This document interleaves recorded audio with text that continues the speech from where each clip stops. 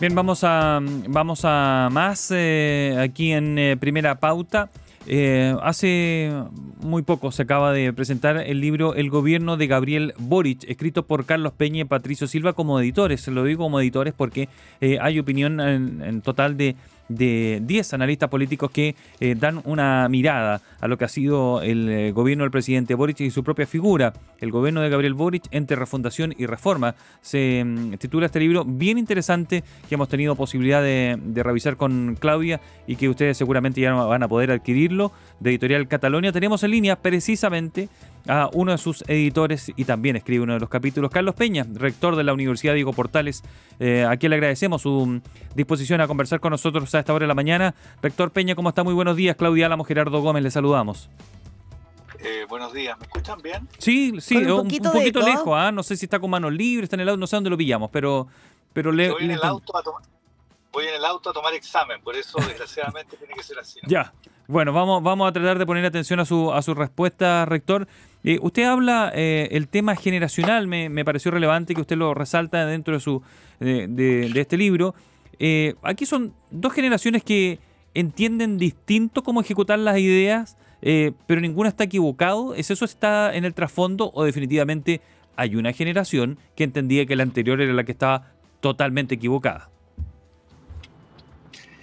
No, más bien lo que sugiero en el texto es que quienes están hoy día en el poder, me refiero básicamente al presidente Boric, por supuesto, y quienes lo acompañan, conforman una generación que comparte una misma sensibilidad cultural, digámoslo así, una misma idea de la historia y del tiempo, por decirlo en términos muy generales, que los ha llevado a tener una visión de las últimas décadas en Chile,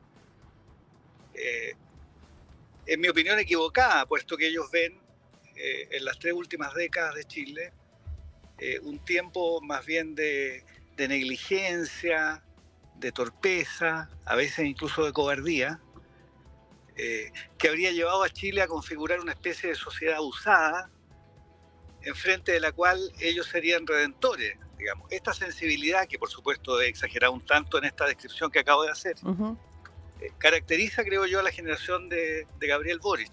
No es una generación con gran densidad ideológica, digamos, o sea, no es una generación que tenga una visión global, sistemática, acerca del desarrollo de Chile o los problemas que Chile experimenta, sino que se trata, como suele ocurrir con las generaciones, más bien de un grupo de personas que comparte una misma sensibilidad, un grupo de personas de origen burgués o de origen pequeño burgués, digamos, con formación universitaria, que se ven a sí mismos como redentores, sí, ¿no? Este es el diagnóstico que en general, y a grandes trazos, claro, en mi opinión, uno podría hacer de la generación del presidente Boric, ¿no? Y entonces en Chile habría una especie de izquierda que está más a la izquierda de lo que había sido tradicional en Chile en las últimas décadas, que sería esta izquierda, como yo la llamo, generacional, ¿verdad? Sí. Una izquierda no ideologizada, pero con esta sensibilidad que empapa, por decirlo de esta forma, la totalidad de su quehacer. Hablamos esta mañana acá en Primera Pauta con el rector, Carlos Peña, rector de la Universidad Diego Portales, abogado, ¿no es cierto? En el fondo, Carlos Peña, usted viene señalando, ¿no es cierto?, poniendo la mirada sobre esta generación, yo diría que desde poco antes de la revuelta del 2019, pero en el fondo aquí, en este libro, yo siento que se empieza a tratar de ingresar más profundamente a las capas de lo que significa la apuesta de un gobierno generacional y liderado por Gabriel Boric. Pero me pregunto dos cosas. Uno, si en su mirada, en esta como falta de rugosidad intelectual o política que usted pone en la generación, ¿cree que a esta generación le falta calle? A ver, depende de lo que se entienda por calle, ¿verdad? Si por calle se entiende literalmente estar en la calle, no, le sobra. No, me refiero a entender la posición. Yo lo sé. Esa es una generación que, digamos, que se hizo en la vía pública, ¿no? Ahora, si por calle se entiende, digamos, tener una experiencia social más diversificada, ¿me entiendes? Haber vivido lo que han vivido las grandes mayorías en Chile en las 3 últimas décadas, no cabe ninguna duda que le falta calle, ¿no? Es decir, las grandes mayorías en Chile, cuando uno mira y retrocede con la memoria 3 décadas, lo que observa es que las grandes mayorías que habitan la Florida, Maipú, Puente Alto, etcétera, son grupos sociales que eran pobres, la mayor parte de ellos, algunos de ellos proletarios, a quienes se les negaba el acceso al consumo, etcétera. Esa generación, digamos, esos grupos sociales, esas mayorías, esa calle, digámoslo así, esa experiencia social, les es ajena a estos grupos. Estos grupos, particularmente los dirigentes de la izquierda generacional, son grupos pequeños burgueses o burgueses de colegios particulares, digamos, niñitos con formación universitaria, que a veces han, desde luego, despilfarrado, digamos, ¿no? Gente, en suma, con un cierto grado de ilustración y con una experiencia social más bien grata, ¿no? Desde ese punto de vista, Claudia, no cabe ninguna duda, creo yo, que aparte de este grupo le falta calle en ese sentido, en el sentido de una experiencia, ¿cómo decirlo?, de clase más diversificada. Claro. ¿No? Eso es lo que yo diría. Acá. Y otra cosa que me llama mucho la atención, Carlos Peña, que lo empalmo con su libro, las distintas miradas, ¿no es cierto?, que además están en este libro de Patricio Silva, de Javier Couso, de Patricio Navia, de Cristóbal Rovira y varios otros, es que lo suma con su columna de ayer en el Mercurio, esta mirada de una generación perdida. Porque quedan 2 años para que el gobierno de Gabriel Boric y su generación lleguen a puerto. Y a mitad de gobierno, ¿no es muy prematuro hablar de una generación perdida? ¿O usted está hablando en un sentido, o usted cree que ya de alguna manera está jugado el partido? A ver, decir que se trata de una generación perdida quiere decir, desde luego y en primer lugar, que la sensibilidad que caracterizaba a esta generación se demostró ya, me parece a mí de manera flagrante, que no se condecía con los hechos, ¿no? Esto no tiene nada que ver con el éxito o no del gobierno, tiene que ver con el hecho que la sensibilidad que esta generación enarboló discursivamente, de manera explícita, finalmente no se condice, no coincide con la cultura pública de Chile, digamos. A mí me parece que eso es bastante claro, ¿verdad? La mejor prueba de esto, Claudia, es que el gobierno y el presidente Boric en particular, sensatamente creo yo, progresivamente han ido retrocediendo en esa sensibilidad, ¿no?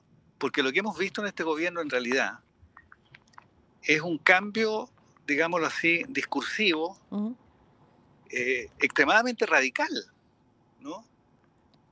Y en realidad lo sorprendente es que a todos nos parezca razonable, nos parezca totalmente razonable que un gobierno, o más bien un grupo político, que accedió al poder abjurando de quienes habían conducido el país durante los últimos 30 años, que hicieron, digámoslo así, de ese grupo político, de la concertación y luego de la nueva mayoría, el objeto de sus más ácidas, de sus más avinagradas críticas. Bueno, ese grupo termine gobernando, sin embargo, con esas personas. ¿Rector? ¿Verdad? Sí. Y que este grupo haya erigido a la a la Constitución de 1980 como la causa de buena parte de los males de Chile, cosa que también hemos olvidado, haciendo un alambicado diagnóstico de que la Constitución era en realidad la causa de prácticamente todos los males, del lucro, de un principio de subsidiariedad que confería ventaja a los privados por sobre el Estado, etc. Bueno, este diagnóstico, sin embargo, conforme al cual, repito, la Carta de 1980 era la única y fundamental causa de todos los males de Chile, resulta que ahora esa Carta de 1980 es la tabla de salvaciones del debate constitucional. Rector, entonces, esta suma de contradicciones, de volteretas, de saltos gimnásticos en el discurso, parece que no importan. A mí me parece que en esto estamos experimentando una falta de espíritu crítico respecto del grupo que está en el gobierno, que es muy alarmante. Entiendo. Pero seguimos tratando a quienes están en el gobierno muchas veces, por lo menos yo trato de que no sea así, digamos, seguimos tratando como si fueran adolescentes que estuvieran aprendiendo, con un grado de comprensión gigantesco respecto de lo que hacen y de los tropiezos que experimentan. Yo creo que nada de eso le hace bien a una cultura democrática y a una cultura cívica. El deber de los medios y de las personas que hacen análisis político es subrayar esas cosas. ¿Y ese sentido crítico falta desde el medio, el entorno político hacia ellos? ¿O usted habla directamente de la autocrítica? ¿Y de qué serviría esa autocrítica? No, yo no hablo de la autocrítica, hablo de la crítica de todos quienes rodean la esfera pública chilena y están obligados a hacer el escrutinio de quienes están en el poder. ¿Considera benevolente entonces que se ha sido con el accionar político? Pero yo no tengo ninguna duda. No tiene ninguna duda que qué. No tengo ninguna duda que se le trata con benevolencia, una benevolencia absolutamente innecesaria. La única manera de tomarse en serio un grupo político es someterlo a una crítica y un escrutinio racional de veras, digamos. Oiga, y ya le he dicho, el nivel, digámoslo así, de, ¿cómo decirlo?, de cambios radicales, discursivos, etcétera, de quienes hoy día están en el poder, merece un escrutinio más firme del que se ha hecho, realmente. Rector Carlos Peña, usted planteaba... Disculpe, recién la idea. Usted al gobierno de Lagos dándose tamañas volteretas, o al gobierno de Piñera cambiando de discurso radicalmente. Sería incomprensible. La pregunta es, bueno, pero ¿por qué en este caso es comprensible? ¿Por qué en este caso no sorprende? ¿Y por qué cree usted? Bueno, porque todavía estamos presos, no yo, buena parte de la gente, de una cierta beatería juvenil. La cierta idea que quienes están en el gobierno son jóvenes, llenos de ideales puros, límpidos, y que en realidad es cosa de esperarlos para que aprendan a manejar el Estado. Ya, y ese es el espíritu digamos, el espíritu general, ¿verdad?, que ronda en torno a todo esto. ¿Y qué le queda por ofrecer, rector, a esa generación que usted lo menciona en el libro, que nos dijo, por así decirlo, cuando ellos llegan con ese discurso, ustedes son una sociedad abusada y no se han dado cuenta? Hay una tecnocracia y un modelo neoliberal que hay que desterrarlo y vamos a nosotros a darles esa justicia que merecen. Y eso se superpuso probablemente con la trayectoria personal de cada uno de nosotros, ¿no? La experiencia de ascenso, la escala social, y se empieza a quedar sin piso probablemente para algunos esa idea. ¿Qué le queda al gobierno para ofrecer de aquí en adelante? A nivel político ellos siempre se habla de el legado. No sé por qué los partidos, los presidentes les gusta dejar un legado, el sello, el timbre de agua en todo lo que se haga. ¿Cuál va a ser su legado del gobierno del presidente Boric? No, yo no puedo saber eso, digamos. Yo lo que sé es que el gobierno tiene un lado, creo yo, atractivo y en general correcto. O sea, es un gobierno que logra, desde el punto de vista discursivo al menos, conectar con ciertas transformaciones culturales de la sociedad chilena. La cuestión del género, el tema de la diversidad sexual, la pluralidad cultural, el respeto a las diversas formas de vida, todo eso está muy bien. Esa dimensión cultural de la modernización que Chile ha experimentado me parece que conecta bien con el gobierno y el gobierno naturalmente tiene una sintonía con esa transformación. A mí me parece que el gobierno debiera acentuar esa dimensión de su quehacer. Y en el resto del manejo del Estado, aspirar a una administración eficiente del Estado. Grandes transformaciones estructurales como las que se soñaron al comenzar este régimen no va a haber, desgraciadamente. Entonces yo creo que un buen gobierno del Frente Amplio sería uno que consolidara, como digo, esa dimensión cultural y junto con ello administrara con racionalidad y con eficiencia el Estado. Me pregunto, y lo anclo quizás también muy al presente, rector Carlos Peña.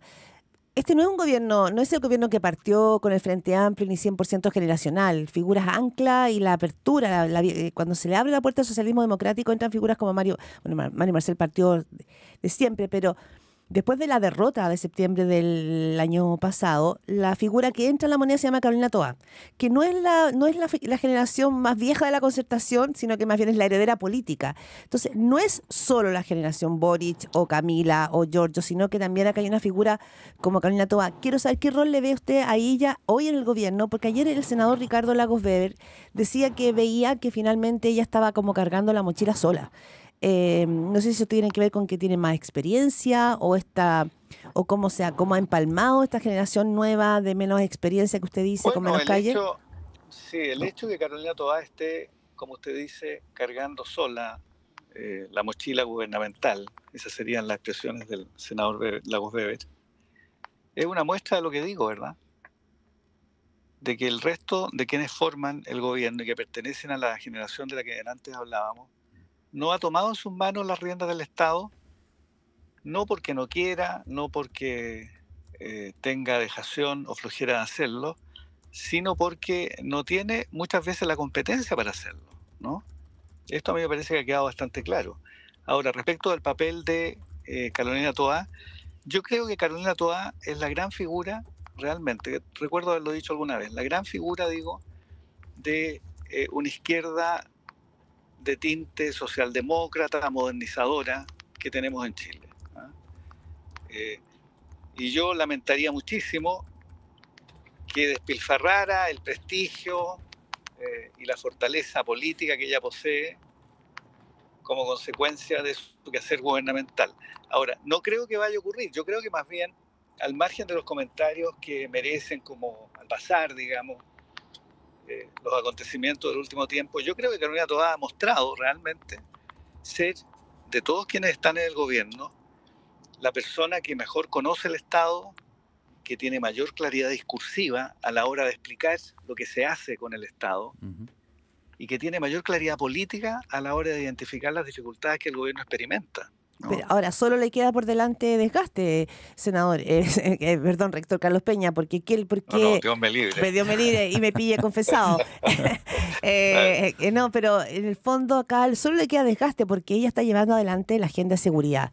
Y a todas luces hoy día el tema nuclear en la discusión de la ciudadanía, en la emocionalidad de la ciudadanía, tiene que ver con seguridad. Entonces, ¿qué le queda por delante a Carolina Toá? Sí, ese es un peligro, digamos, pero también es una gran oportunidad, creo yo. Mostrarse, digámoslo así, como la figura más racional, capaz de contener el problema de seguridad, ordenar las expectativas en torno a ese problema, contener los excesos emocionales que a veces causa, etcétera. Todo ese tipo de cosas, Carolina Toá los hace, en mi opinión, muy bien. Y yo creo que ella es, digamos, la gran alternativa futura que tiene la izquierda más socialdemócrata en Chile. Usted escucha al rector de la Universidad Diego Portales, Carlos Peña, conversando con Primera Pauta. Rector, ¿qué queda para esa llamada generación perdida, que usted lo ha destacado en sus columnas también? ¿Son ellos los que tienen que terminar de administrar esto? ¿Son ellos los que se supone que tienen el control del gobierno? ¿Cuánto espacio tienen para poder sacar adelante un buen gobierno, dado lo que usted nos ha explicado? Bueno, pero, a ver, si yo no creo realmente, no quiero que se me malentienda, yo no creo que este gobierno vaya a conducir el país al desastre, realmente no lo creo. ¿Ya? Yo lo que creo es que a los políticos, a las fuerzas políticas, a las fuerzas gubernamentales, hay que juzgarlas por las expectativas que ellos han esparcido en la sociedad al momento de ser elegida. Y lo que ha ocurrido con el Frente Amplio es que esparció, diseminó, proclamó expectativas gigantescas, transformaciones estructurales, pero es que recordemos estas cosas, ¿verdad? Transformaciones estructurales. Chile iba a ser la tumba del neoliberalismo, este tipo de cosas se dijeron formalmente, no eran excesos retóricos, sí. No eran frases al pasar, no, eran parte central de un proyecto gubernamental. Bueno, si uno juzga al gobierno del Frente Amplio a la luz de esas expectativas, convengamos que no las ha cumplido ni las va a cumplir. ¿Quiere esto decir que el gobierno, digamos que el país está al borde del abismo, que está, digámoslo así, deslizándose por un despeñadero? Por supuesto que no, por supuesto que no. ¿No? Rector, ¿y qué pasa con respecto al... Usted algo mencionó de la Constitución, lo hablamos en la pasada. En el proceso anterior se nos dijo permanentemente que era la Constitución de Pinochet, que había que ser eliminada para instalar con validez democrática y permitir cumplir las transformaciones que comprometía el gobierno. Usted ha mencionado alguna de ellas. Ahora es la Constitución de Lagos y que permite cerrar el proceso. ¿Cuál a su juicio suena más creíble para la gente? Mire, yo en general pienso que en Chile hemos exagerado la importancia del debate constitucional y yo en general si bien es un tema que me interesa muchísimo por razones técnicas, ¿ya? No creo que tenga mucho sentido seguir en esa discusión. La verdad es que el peso, la influencia que tiene una constitución en el bienestar de los países es bastante mínima. Si usted toma todos los países del mundo y se pregunta, bueno, ¿qué región del mundo es la más pródiga en elaborar e imaginar constituciones? ¿Cuál es la región donde los juristas prometen que tal o cual carta constitucional va a resolver buena parte de los problemas de América Latina? América Latina se han escrito en América Latina cerca de 400 constituciones. ¿Ya? Y dígame usted si acaso hemos logrado el bienestar en la región, ¿no? Esta es la prueba más palmaria de que este tema se le ha exagerado de manera francamente absurda, ¿no? Claro, se le ha puesto toda la energía ahí. Una consulta en ese sentido, rector Carlos Peña, no lo quiero achicar como tema, pero estamos a pocas semanas de este plebiscito, un plebiscito en el que usted lo decía usted en una entrevista, lo ha dicho Alfredo Joañán, varias personas, pase lo que pase, la izquierda ya perdió, ¿no? Porque finalmente o será la Constitución del 80 la que queda vigente o la actual. Pero aquí hay un tema que tiene que ver con los discursos que se están instalando para las próximas semanas.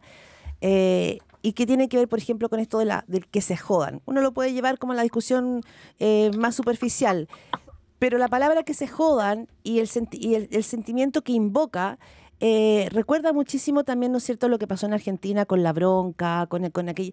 ¿Cómo ve usted la posibilidad de que se pueda encender aquí en Chile esta llama, esta mecha, ¿no es cierto?, de la rabia? ¿Le preocupa? ¿Lo ve más bien como algo superficial? Creo que aquí hay algo por ver en ese discurso, ¿no? Porque va a enganchar con una sensación ciudadana también. No, yo no veo eso, fíjese. Ya. No, al margen de ese, digamos, de esa propaganda, de ese eslogan, digamos, Sí. no lo veo. Yo veo más bien que la mayor parte de la ciudadanía está en medio de la grisura, digamos, de la vida cotidiana, preocupado de la rutina del día a día. No veo realmente un ánimo avinagrado, así extendido en la sociedad chilena, para nada. Más bien la gente está esperando recuperar una cierta rutina que le permita alcanzar o disfrutar del bienestar mínimo incluso que pudieran haber alcanzado, pero no veo en la sociedad, así como no vi antes, ¿verdad?, a un pueblo abusado, digamos, por una minoría cicatera, como se nos presentaba, tampoco veo hoy día a una sociedad engrifada, vinagrada frente a su clase política, para nada. Ya, o sea, un fenómeno Milei no lo ve en curso en Chile todavía. No, realmente no. Ya. Usted escucha al rector de la universidad. Afortunadamente habría que agregar, claro. Sí. Al rector Carlos Peña conversando con Primera Pauta. Con respecto a algo que quizás ha simplificado, y no sé si usted lo ve como algo simple y una simplificación extrema o que tiene una profundidad distinta. Algo usted menciona en el libro sobre las redes sociales, que lo usan las nuevas generaciones como una fórmula de comunicación, pero en realidad eran estructuras socioculturales por las cuales ellos moldeaban la personalidad. Es decir, ¿por qué lo digo? Por las críticas al presidente Boric en bicicleta, las críticas al presidente Boric bailando en los Panamericanos. Es decir, ese es el presidente que se quiere, así se quiere mostrar él para que se tenga una imagen de él. Estamos simplificando al no permitirle esos espacios. ¿Cuál es el problema de eso que estamos viendo de él? ¿Pero el problema de qué exactamente? El problema de que él presente esa figura que para algunos es un sentido crítico. Yo no veo ningún problema. A mí me parece que en general lo que está haciendo el gobierno con la figura presidencial es lo que hacen en general todos los asesores de publicidad y de imagen de los presidentes. Es decir, intentar mostrar un lado amable que conecte con lo que se supone son las audiencias más fieles que él posee. Eso es lo que está ocurriendo, simplemente. Hablamos esta mañana aquí en Plena Pauta con el rector de la UDP, con el abogado Carlos Peña. El tiempo pasa, sabemos que tiene que ir a tomar un examen, Carlos Peña, pero lo segundo, usted hacía mención en su columna ayer a esta frase de Gregorio que decía en relación a esta generación, lo tuvieron todo y lo perdieron todo. Leyendo este libro que usted editó con Patricio Silva, yo pensaba, bueno, si finalmente aquí está la constatación suya de que Gabriel Boric, cristalizándolo como esta generación, renunció a todas aquellas promesas con las que llegó. No, yo no lo creo. ¿Ya? No, yo creo que lo que ha ocurrido acá, digamos, es que, ¿cómo decirlo? Tampoco quiero ser, digamos, implacable, ¿verdad? Porque no es el caso, no sería racional tampoco. Mire, yo lo que creo es que Gabriel Boric no cabe duda que es un político de fuste, un político importante. Es un hombre carismático, un hombre que tiene, digamos, el combustible que uno advierte en los grandes políticos. Sobre eso yo no tengo ninguna duda. Uh-huh. Los grandes políticos, usted me entiende, ¿verdad? En un sentido neutro. Uh-huh. Y es un político que si uno tuviese que diagnosticar lo que le ha ocurrido, yo diría que es un político a destiempo. O sea, alguien que llegó prematuramente al poder, ¿no? Faltó, no a él, porque finalmente los líderes políticos no tienen por qué saberlo todo, aportan carisma, aportan capacidad de entusiasmar, de encender, digámoslo así, a las audiencias. Faltó una fuerza política, creo, con mayor experiencia en el manejo del Estado, con menos entusiasmo, digamos, repentino, como ocurrió, sin embargo, con la fuerza política que lo acompaña. Bien, claro. Eso es lo que pasó, digamos. Ya, llegó Es un inmaduro. político a destiempo. ¿Y en su entorno? No diría inmaduro, porque ya. inmaduro tiene una especie de diagnóstico psicologizante del presidente. No, para nada. Un político a destiempo. Bien. Hay políticos que tienen la suerte, digamos, que les toca la circunstancia precisa. Y tenemos el caso de políticos mediocres que en medio de una circunstancia precisa y feliz lo han hecho muy bien, ¿no? Y esas cualidades que usted ha mencionado. Políticos en la medianía, digamos, en Chile los ha habido por lo demás, ¿no? Que puestos en la circunstancia, en la fortuna, como decía Maquiavelo, lo hacen bien. Y hay otros políticos de gran calado, de gran talento, con carisma, que es el caso, creo yo, del presidente Boric, que, bueno, la circunstancia que le tocó no lo favorece, digamos. Es un político en ese sentido a destiempo. ¿Y esas cualidades usted las ve en el entorno de él también replicadas o probablemente no, y eso probablemente explica algunos logros que no ha alcanzado? No, bueno, en general los grupos políticos siempre los liderazgos son más carismáticos, son más con mayor capacidad discursiva, etcétera, ¿no? En esto, digamos, el Frente Amplio no tiene grandes diferencias con otras fuerzas políticas, salvo, creo, lo que yo he dicho, es decir, a las fuerzas políticas hay que juzgarlas por su desempeño, repito, y a la luz de las expectativas con las que seducen a la ciudadanía. Ese es el deber de la opinión pública, de quienes hacemos escrutinio en la opinión pública. Bien. Carlos Peña, abogado, doctor en filosofía por la Universidad de Chile y rector de la Universidad Diego Portales, columnista habitual también. Muchísimas gracias, Carlos Peña, por arrancar la semana aquí en Primera Pauta. Que tenga una buena semana. Muchas gracias. Muchas gracias a usted. Hasta y luego. disculpe el apuro No, está perfecto, salió todo perfecto. Suerte Muchas en el examen. gracias. Gracias, rector. Bueno, ya, Que esté muy muchísimas bien. gracias. Hasta Adiós. luego. Chao.